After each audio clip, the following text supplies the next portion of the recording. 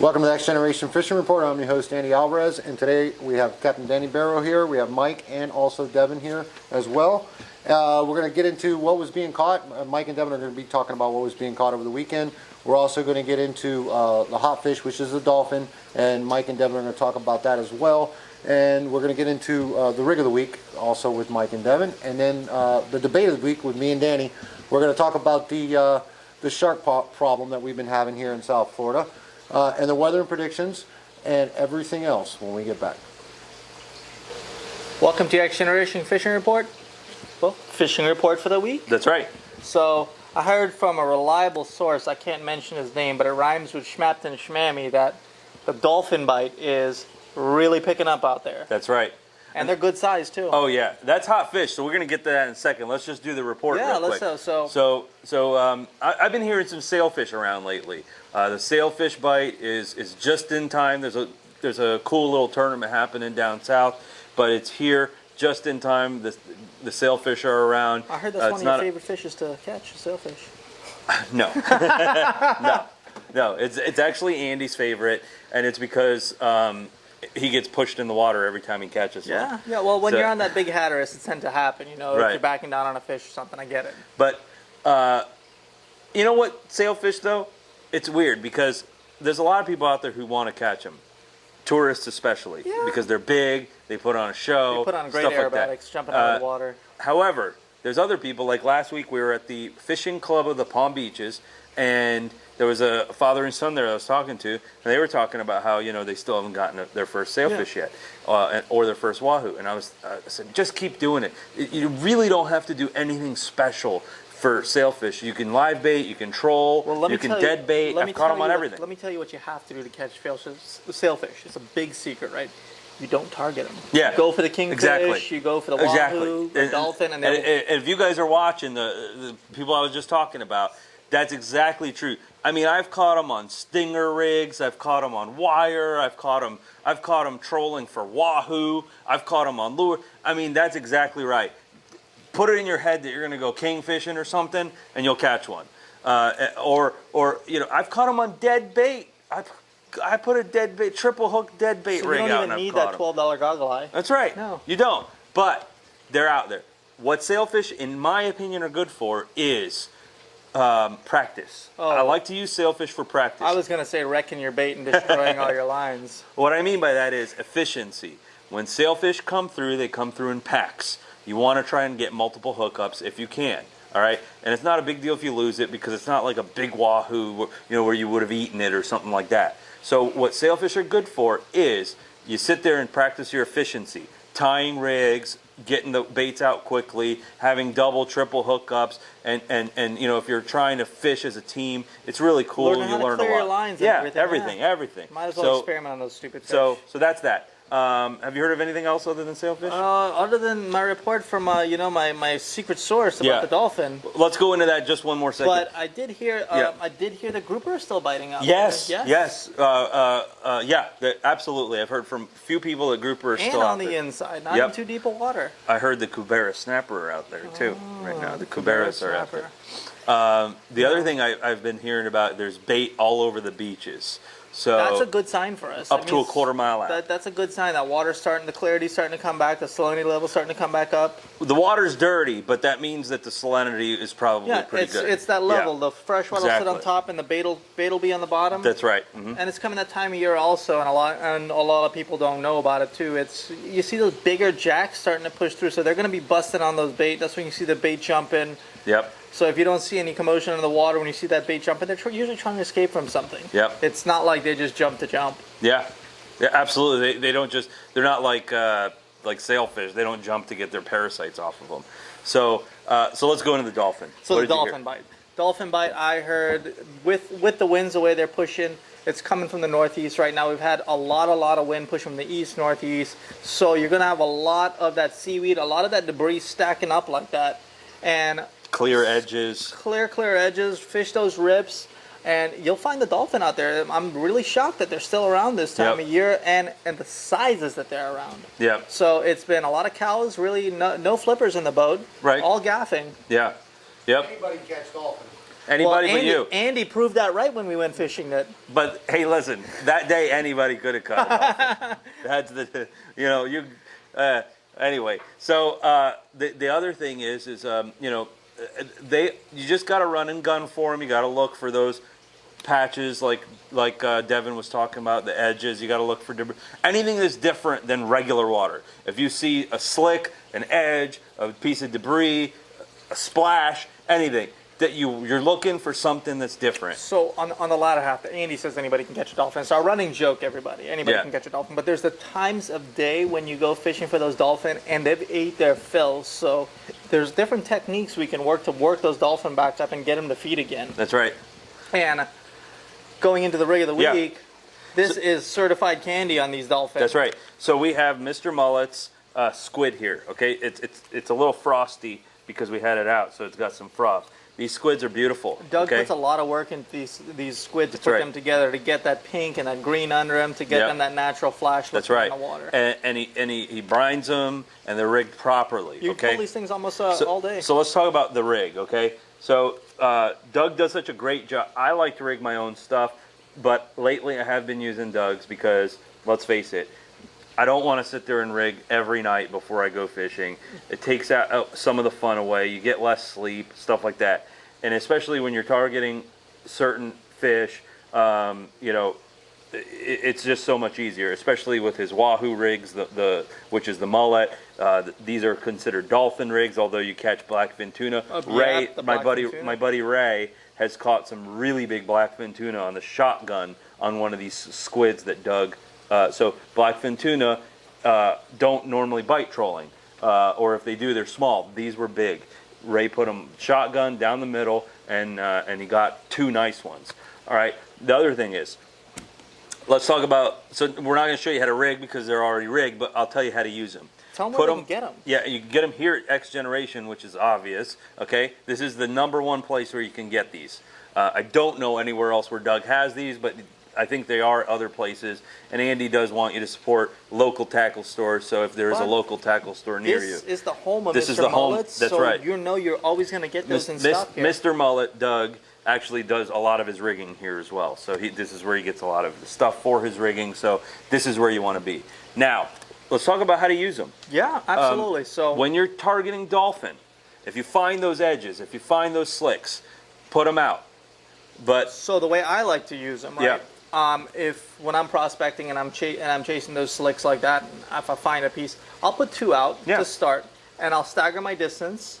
I'll keep one just short of the wash, and then I'll put one way back. Is the way I like to do it. So if you're targeting that first line, and then if they miss that one, there's another one coming right in behind. Or you'll get a double header, you know. And that's the thing about if you get a double hitter, if you have the lines stacked like this, you have you're running the risk of getting them tangled up. But if you stagger them, you can go over the other person. You're not worried about getting tangled. Yeah, because dolphin go in school. So that's exactly what I would do if I was Devin, or whatever, if I was you. Basically, run 2 just because you're prospecting.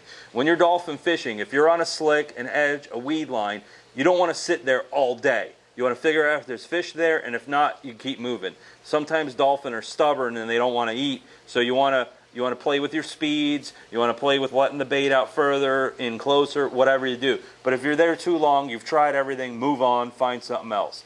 And so what I do then is I have a bucket of salt water in the boat, I pull these in, I put them in the bucket of salt water, and then when I find the next one, I just toss them back out. That way they're not sitting in the sun, getting beat up, dried out, because squid will get dried out. So other tips, so when they find the schools, what should they have on the boat to keep those schools interested in them? Okay, so what I do is when these get washed out, I keep these still on the boat. I'll use this to free line, you know, when the dolphin are around the boat. I use cut up sardines, glass minnows. Glass minnows are freaking awesome to use for that. Handful of glass minnows? Yeah, they are. That's if you're going dolphin, if you're strictly targeting dolphin and you don't have a box of glass minnows on the boat, you're not doing it right.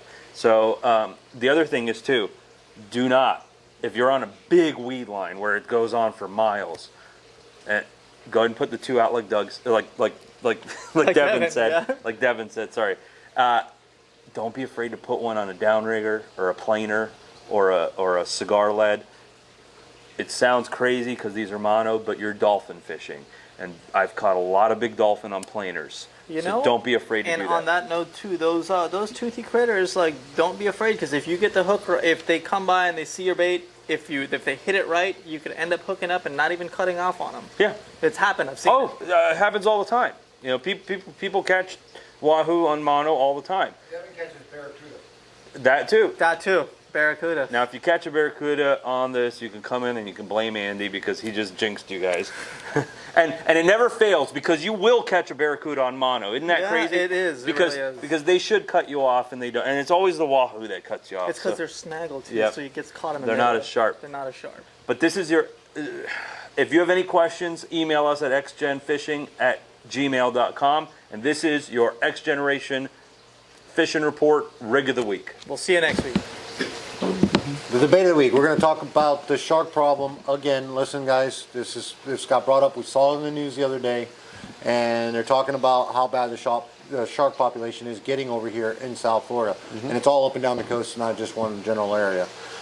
Anyway, basically, what I saw in the news was explaining how bad they're getting here, and I know a lot has to do with the way the oceans are the temperatures of the oceans, and a lot has to do with the seesaw effect, and not to get into the science of it, but a lot has to do with the seesaw effect and the warmer water staying down here. And the fish are, instead of migrating, they are stagnant here. They're staying here.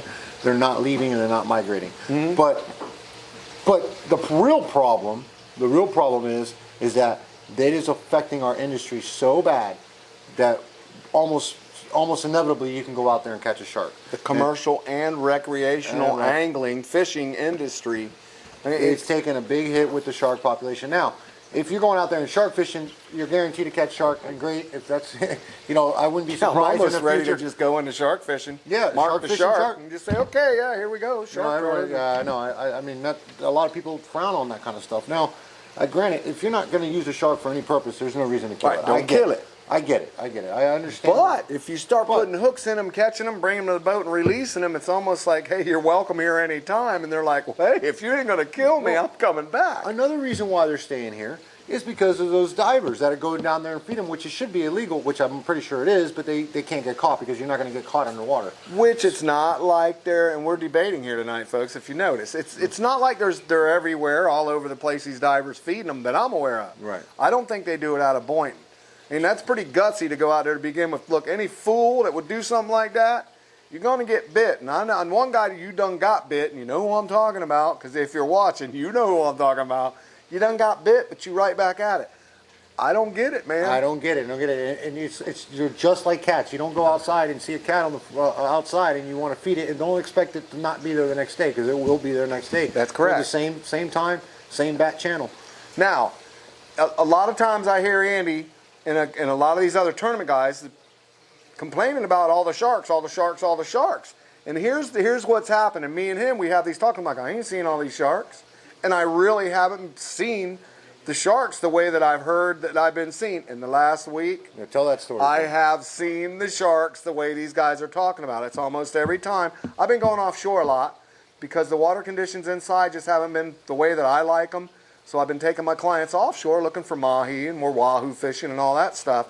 And it's like yesterday, I'm 7 miles offshore on a patch of weeds catching mahi, and the last thing that I thought would come out from underneath my boat that far offshore would be a 9-foot bull shark.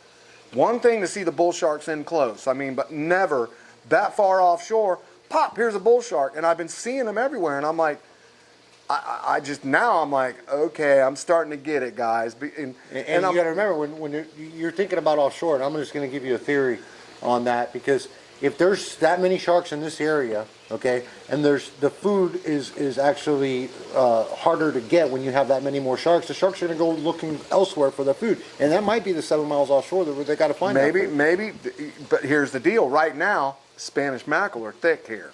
We've got a really good Spanish mackerel run going up and down this coast from Cocoa Beach south. And I thought about it while we were out there doing the mahi thing yesterday. I'm thinking to myself, man, I bet inshore it's got to be pretty hectic right now. I haven't talked to anyone in the last couple days about the shark thing going on inshore, but I'm sure when I say inshore, I mean 100 foot of water in. They're here now. I understand there's more of them. I've seen more in the last week than I've seen in the last couple years. So I'm coming around to their way of thinking a little bit. But inevitably, complaining about a problem without a solution to me is called whining. So we're going to give you a couple of scenarios which I feel that might benefit us as an industry down here in South Florida. Number one, open up the shark season up for them, for the sharks, please. Commercial harvest? Commercial harvest. There is no commercial harvest. These are things I ask, guys. Now, there is a commercial. They opened it up 2 years ago for commercial harvest, but it's a very short. So they give them a harvest. little window and said, okay, here's a week to go catch sharks. But the problem with that is none of the fish markets want to buy the sharks from them. So nobody, what good is me to kill the fish if I can't sell the fish? I'm not killing it if I can't sell it. So there's number one problem. Now, the other problem, of course, we talked about the divers. That's another problem. Make it a really strict rule not to feed these sharks out off these reefs, because that would definitely, especially over time, it will definitely cause them not to sit there and say, okay, there's a boat, they're going to feed us, and then they're going to come up to us. Okay, and now here we go right back into the debate. When you say feed us, what about these guys? And you're a tackle shop owner. I mean, guys, if you haven't been in this store, you got to come check this place out. What about these guys with the cobia that I run into when the cobia are running around and the cobia are thick and they're running and they're like, I say, how'd you do today at the boat ramp? Oh, we went 2 for 10 on cobia. And I said, wow, 2 hookups and lost 10? No, we caught 2 and fed 10 to the sharks. And I go, fed? It's a mindset. I'm like, well, wait a minute. You know, you're only allowed 1 apiece, if I'm correct. Isn't that the law? 1 apiece, 33 inches on the cobia per day. I think they just raised the 36 inches. Well, God bless you. Okay, right. That means it's a little bit harder to catch. But to sit there and sit on a school of feeding cobia 30-pound fish, knowing this one's going to get eaten by a shark, it's a mindset thing then. And that's where I say, y'all need to say, wait a minute, let's go pop a couple. But when the shark shows, we need to get. Well, here's another thing. If you do your math, if you do your research, you would notice that the cobia population has been decreasing year It's not what it was. I'm going to tell you that right now. Worse and worse and worse and worse. And cobia follow sharks because they're scavengers. They feed off the nitty gritty. They're basically like a catfish. I don't know why Mike likes to eat them because they taste like crap. I love them. It's just so lemony taste. Yeah, right, oh my God. Yeah, he just don't know how to cook fish. Yeah, I ain't going to get into it now. Here we go. I ain't going to go there with it. Yeah, whatever. It's a catfish. But if you like eating catfish, we're not seeing that many cobia around. We're seeing more sharks. I'm hearing of more people. You know, yeah, we got. 10 fish got eaten and we caught 2. I'm like, well, maybe after those 2, you need to either move to another area or move on to another species.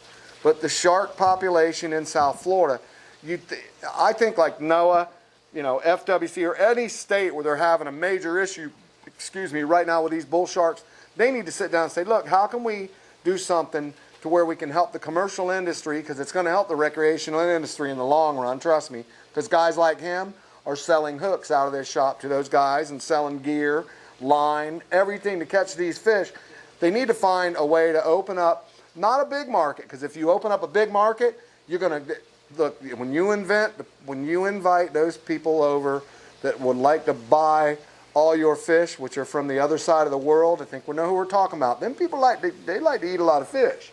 If you big industry, you'll wipe out the sharks. You can't wipe them out. You've got to have some. But it can be controlled, and the problem is it's not being controlled right now because of lobbyists, people protecting the species. It's going to cause an ecological effect when it comes to these species. They're going to tear up. It's just like the Goliath grouper, like we've talked about 1,000,000 times. The problems that they're causing, and yet people are still protecting them species. Well, in this day and age, it's only going to grow more with the people that want to save the world. And I understand wanting to save the world, folks. I'm going to tell you now, the end is near. I'll leave it at that. But that's how I look at it. But the sharks would be like, okay, if there's got to be a way to figure out, what is there, 4,000 sharks that are hanging, literally living in Palm Beach counties along the coastline now? More than that. It's like, look, harvest 1,000 of them and ship them to whoever, wherever, and make some money off of them. Thin the herd out a little bit, because they breed like puppies anyway. They breed, and it's just more and more and more and more. Yeah, Mike Minnie told me about the big sea turtle that he's offshore, and he said, Danny, there was a giant loggerhead turtle, and he said there had to be 7 or 8 bull sharks trying to feed on this thing and beat up on it, and it ran for Mike's boat to try and find cover to hide. when you see that many fish trying to molest a turtle. Yeah, and not only, you got to think, you want to protect the species. The turtle is the one to protect, not the shark, so keep that in mind. Anyhow, this is our debate. We'd like to hear from you guys. Email us at xgenfishing@gmail.com. We'd love to hear from you. Give your response. Listen, please. You might not like what we have to say, and we don't. We want to know how you feel about it, what you got to say about it. I'd love to share it on air. It's all good. It's all you know. We want to hear your comments by all means. So email us at xgenfishing@gmail.com. That is our debate of the week. We're going to go into weather and predictions for this weekend when we get back. So the weather and predictions for this weekend, Danny, looks like not good. Not good, guys. Unfortunately, depends on where you fish. Yeah, depends on where you fish. Well, it looks like inshore would be the ideal thing to do. First of all, we're going to tell you it's going to be east northeast, 15 to 20. You're looking at 7 to 10 foot seas almost all weekend long. Even Sunday's going to even be worse. Back-to-back cold fronts. So going to bring a lot of fish. Going to bring a lot of fish. I'll leave it at that. That's going to bring a lot of fish our way. So once the front's over with, I think coming in early next week, I think you're going to see good signs of going out there and fishing. But unfortunately, this weekend looks shot all as far as offshore is concerned. But I will tell you, inshore fishing is probably going to be hot. Freshwater side, pretty good right now too, isn't it? Yes. Try the freshwater, guys. If you go freshwater fishing for a change. Yeah, I mean, but the thing with the freshwater is right now these fish are sensing these cold fronts coming through, and what they do is they gouge themselves. This time of year, almost every year, it's inevitable, and they feed themselves up for the colds because once it gets a little colder, they're a little bit slower moving, and they're not as aggressive as it is during the summer months. So they can feed in the summer months almost any time, versus when the winter before the winter comes. It's almost like hibernation for But still, versus going out and getting beat up and getting all salty, take the kid out there, grab a freaking telescopic cane pole and go out there and get you a bucket of minnows. Catch some crappie, bluegills. But I think beach fishing would be also very ideal right now. Spanish mackerel. Spanish mackerel, and not only that, you got to think that all these fish are going to get pushed in from this cold front, especially with the northeast wind. So you're going to think all these fish are going to be on the beach. You're talking snook, jacks, Spanish mackerel, bluefish, redfish, ladyfish, redfish. Well, redfish will be more closer to the inlets, but that's definitely a species to target. Now, the inlets might be a little too rough. They might have to close down. I don't know. Usually, hard to say. But the piers will definitely be the ideal place to fish if you're not fishing the beach. So that's what I would do this weekend. If I was going to go out fishing, but unfortunately I got to work. You know how that goes. I'm going fishing. I might go to Flamingo and fish. Granted, it's going to be a northeast wind. I can always tuck out of it. There are some issues going down there with the high water right now. It's hard to fish right there, but we're coming out of a full moon right now. Tides are going to drop a little bit. It's a fun place to go fish. If you haven't fished it, I suggest maybe book a guide so that you can go down there and get back to the boat ramp without ending up in gator. Hypocritically saying, if you want to shark fish, just go to the intercoastal. You go to the intercoastal, go right here at any inlet. Fish that you just caught or your ladyfish you just caught, put it out there. You'll have a blast. Point inlet on an outgoing tide. Yeah, you'll catch as many big sharks as bluefish. you want. Put him out there. Yeah, you'll catch them all day long, all day long. Anyway, we do have a winner for the name the species of the week. His name is Dave, and the answer was a blue striped grunt. The answer was a blue striped grunt. Thank you, Dave, for participating. Good call. Email us that you watched the show, and you will get your $100 gift certificate to X Generation. Now we've got a new name the species of the week.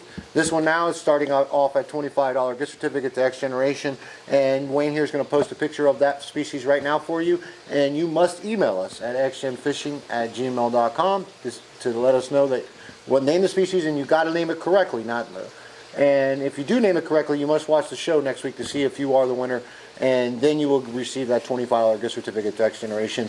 Again, we'd like to thank our sponsors. J-Cam Lures, WRPBI TV, Silver Lining Fish Charters with Danny Barrow, myself, Snook Fever with Devin Kanai, And of course, X Generation. I did say J-Cam Lures, correct? Yeah. There you go, And X folks. Generation, and support your local tackle store. We'll see you next week.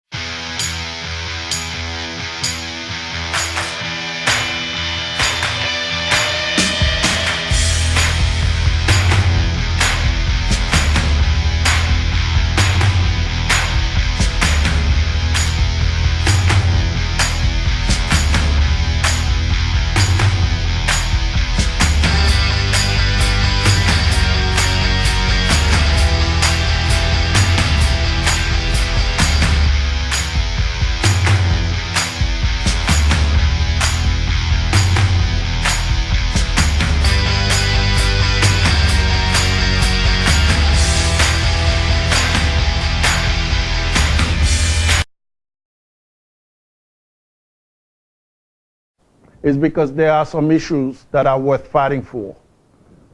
I promise to be a fighter. And one of the main issues is our ag preserve.